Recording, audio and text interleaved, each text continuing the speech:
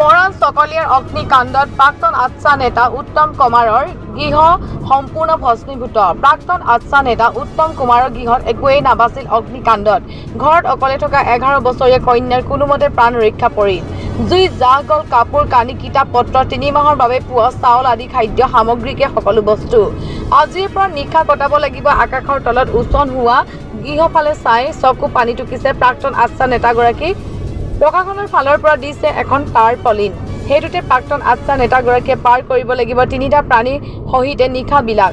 প্ৰশাসনে এককালীন সাহায্য আগবঢ়োৱাৰ লগতে গৃহ নিৰ্মাণৰো দিছে আশ্বাস। সমষ্টিত ব্যস্ত থকা বিধায়ক তথা মন্ত্ৰী যোগেন মোহনে আৰ্থিক দৈন্যত ভুগি থকা পৰিয়ালটো খবৰ লৈছে। উল্লেখ্য যে অগ্নি নিৰ্বাপক বাহিনী অহালৈকে দুখীয়া পৰিয়ালটিৰ গৃহ ছাই হ'ল।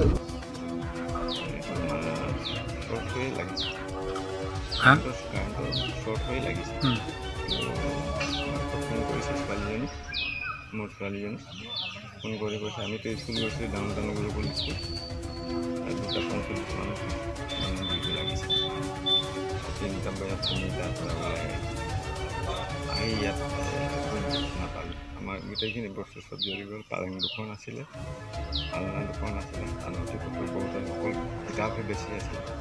তাৰপিছত কাঠৰ আলমাৰি এখন আছিলে, তাৰপিছত কুকাৰ আছিলে, ফেন আছিলে, বহুত বস্তু আছিলে। চাউল তাউল দাইল চাউল যিমান ষ্টক আছিলে পাচলি আলু চালু যিমান দাইল গোটেইখিনি চব জ্বলি গ'ল। কাঁহী বাতি চব জ্বলি গ'ল, চব চেচ হৈ গ'ল। ঘৰৰ বিষয়ে মই বিধায়কক আজি বহুত বছৰৰ পৰা কৈ আছোঁ। তেখেতে কাণ দিয়া নাই, হ'ব বুলি কৈছে।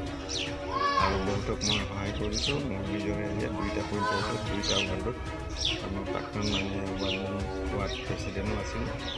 এতিয়া মই উপদেষ্টা হিচাপে গোটেইখিনি মই কৰি আছোঁ। কালিলৈকে মই শেষ কৰিছোঁ কামখিনি কৰি এই জিঅ'টেকত তাৰপিছত অৰুণোদয় কৰি আছোঁ। আৰু তেওঁ MLA ওচৰত মই বহুত দুখীয়া মানুহক লৈ কিনে মই সহায় কৰাই দিছোঁ, সেইবিলাক কৰাইছোঁ। কিন্তু মই বঞ্চিত হৈ আছোঁ।